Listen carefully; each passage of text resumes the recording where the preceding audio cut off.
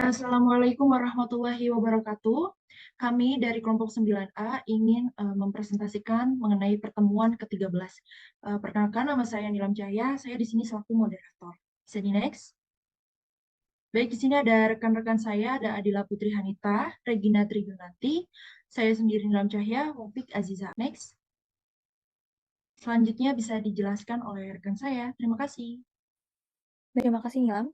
Di sini saya akan menjelaskan accountability of media to society.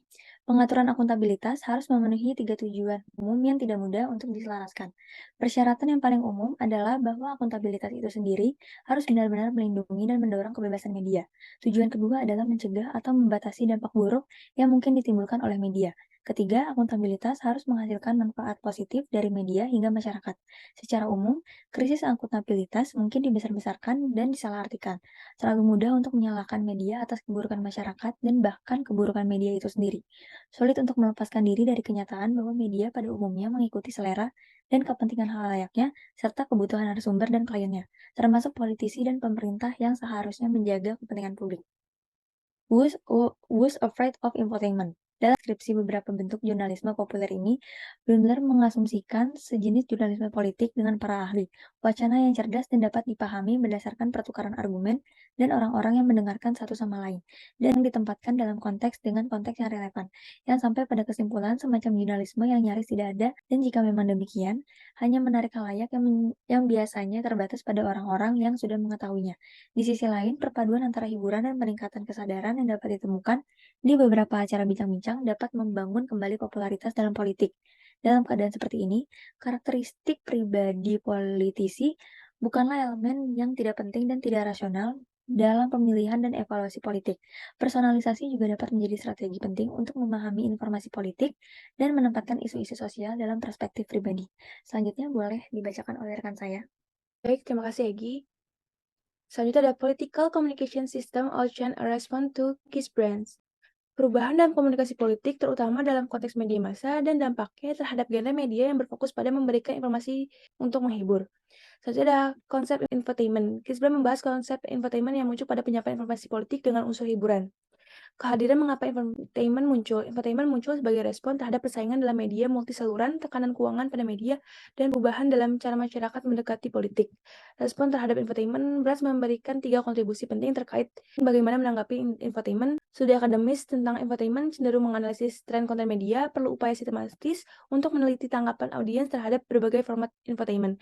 Keluhan tentang ketergantungan pada dugaan audiens pada apa yang disebutkan audiens dan perselisihan terkait komunikasi politik, gagasan revisionis tentang kewarganegaraan, ada gagasan yang belum sepenuhnya dipikirkan matang. Tanggapan Brand terhadap perkembangan ini, penulis mengkritik kesan bahwa hampir semua pendekatan terhadap kewarganegaraan dapat diterima. Bisa di next. For mother, the one in the public sphere. Poin pentingnya itu, 4 Ibu adalah gerakan protes yang menuntut penarikan Israel dari wilayah pendudukan di Lebanon Selatan yang dimulai invasi Israel ke wilayah tersebut pada tahun 1942. Gerakan ini diawali diperkasai oleh 4 Ibu yang memiliki anak-anak di unit-unit tempur Israel. Nama 4 Ibu ini memiliki makna simbolis dan tradisi Yahudi yang merujuk pada 4 Ibu dalam Alkitab. Meskipun ada beberapa kritik gerakan ini, termasuk pandangan bahwa para ibu tidak memiliki keamanan nasional, gerakan ini tetap aktif mempengaruhi perdebatan publik mengenai kehadiran Israel di Lebanon Selatan. Poin pentingnya itu diberi hak politik, media sebagai instrumen gerakan, pembingkai media, dua perspektifnya itu mencari suara sipil dan legitimasi suara ibu. Bisa di next. Oke, baik. Selanjutnya ada critical review and assessment of Herman dan Chomsky propaganda model. Ekonomi politik media massa mengakui pandangan bahwa media massa adalah instrumen kekuasaan yang memobilisasi dukungan bagi kepentingan-kepentingan khusus yang mendominasi aktivitas negara dan swasta. Media berfungsi sebagai mekanisme utama propaganda di negara demokrasi kapitalis yang menyatakan bahwa kepentingan kelas mempunyai efek multilevel pada kepentingan dan pilihan media massa. Media merupakan aktor integral dalam perang kelas, integrasi penuh ke dalam kerangka kelembagaan dan bertindak selaras dengan sektor ideologi lainnya, yaitu akademik untuk membangun penegakan, memperkuat dan mengawasi harmoni perusahaan. Ada 3 alasan mengapa Herman dan Chomsky menolak kelas label konspirasi. Yang pertama ada teori konspirasi itu sendiri, yang kedua ada kesengajaan terkadang merupakan faktor intervensi yang memberikan hasil yang diinginkan dan atau tidak diinginkan. Yang ketiga, berasumsi bahwa ketidakkan ada 5 mekanisme mekanisme tersebut yang pertama ukuran konsentrasi kepemilikan, kekayaan pemilik, dan orientasi keuntungan dari perusahaan media massa yang dominan. 2. Periklanan sebagai sumber pendapatan utama media massa. Yang ketiga, ketergantungan media pada informasi yang disediakan oleh pemerintah. Yang keempat, reflux sebagai sarana untuk mendisiplinkan media. Yang kelima, anti-komunisme. Next. The Secret Side of Professional Journalist. Gagasan dalam beberapa pekerjaan, salah satunya jurnalisme, mengandung kesakralan sementara yang lain tidak. Dapat dikaitkan bahwa kesakralan pekerjaan berasal dari berbagai sumber. Yang paling penting adalah kemisteriusan, pengetahuan, dan eksekutif, namun penting bagi keseluruhan pengorbanan diri. Bahkan jika kita menambahkan dimensi sakral pada definisi profesionalisme saat ini, kita akan meningkatkan pemahaman kita tentang konsep peningkatan kegunaannya dalam wacana sosiologi.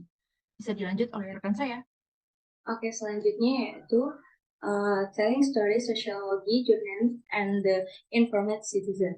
Di sini tuh ada 6 bagian, dalam bab ini ada 6 bagian, dan menjelaskan tentang pentingnya kolaborasi antara sosiologi dan jurnalisme dalam memastikan masyarakat memiliki akses yang lebih baik kepada informasi yang akurat dan relevan. Boleh di next? Oke, di bagian 14 ini menjelaskan 14 ini yaitu Beyond Journalism and Profession Between Information Society and Civil Society. Menjelaskan perubahan teknologi telah mengguncang paradigma jurnalisme tradisional. Profesi ini tetap memiliki peran penting dalam menyediakan analisis dan pemahaman yang mendalam terhadap berita dan isu-isu sosial dan politik. Meskipun cara kerja jurnalis mungkin berubah, misi mereka dalam mendukung demokrasi dan informasi masyarakat tetap relevan. Jurnalisme harus beradaptasi dengan era digital dan menjadi lebih interaktif tanpa kehilangan esensi intelektualitas dan integritas. Oke, boleh di next.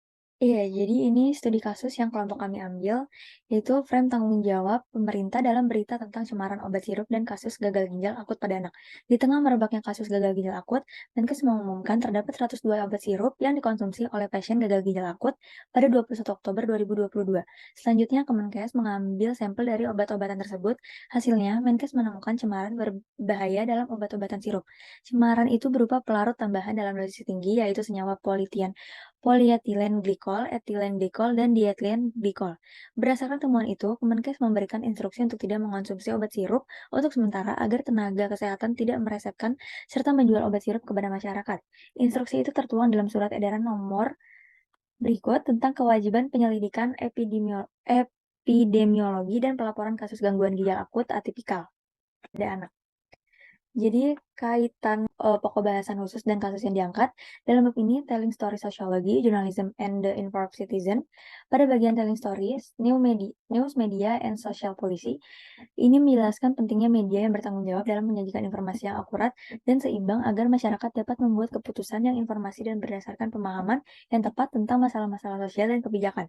Jadi, kaitannya yaitu kasus gagal ginjal akut yang diumumkan Menteri Kesehatan pada Oktober 2022 berkaitan dengan tema yang muncul dalam kisah kemiskinan di negara makmur Inggris pada tahun 1970-an, khususnya terkait tanggung jawab sosial dan peran media. Terkait gagal ginjal akut, Kementerian Kesehatan menerapkan upaya preventif untuk melindungi kesehatan masyarakat. Hal ini mencerminkan tanggung jawab pemerintah untuk melindungi masyarakat pada tahun 1970-an.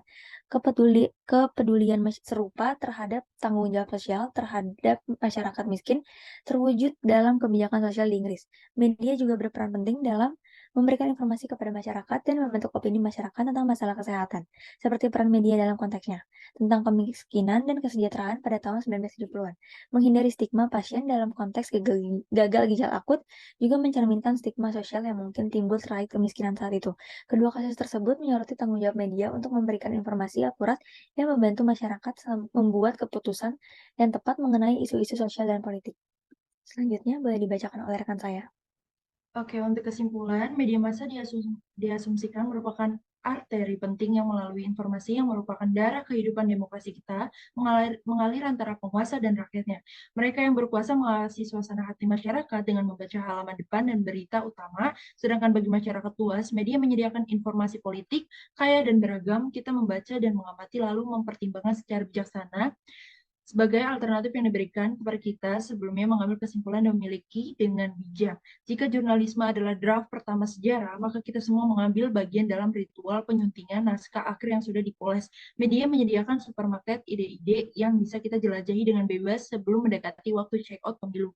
Pemilihan-pemilihan kita diambil dari beragam pilihan paket politik yang komprehensif. Oke, cukup sekian dari kelompok kami. Kurang lebihnya mohon maaf. Wassalamualaikum warahmatullahi wabarakatuh.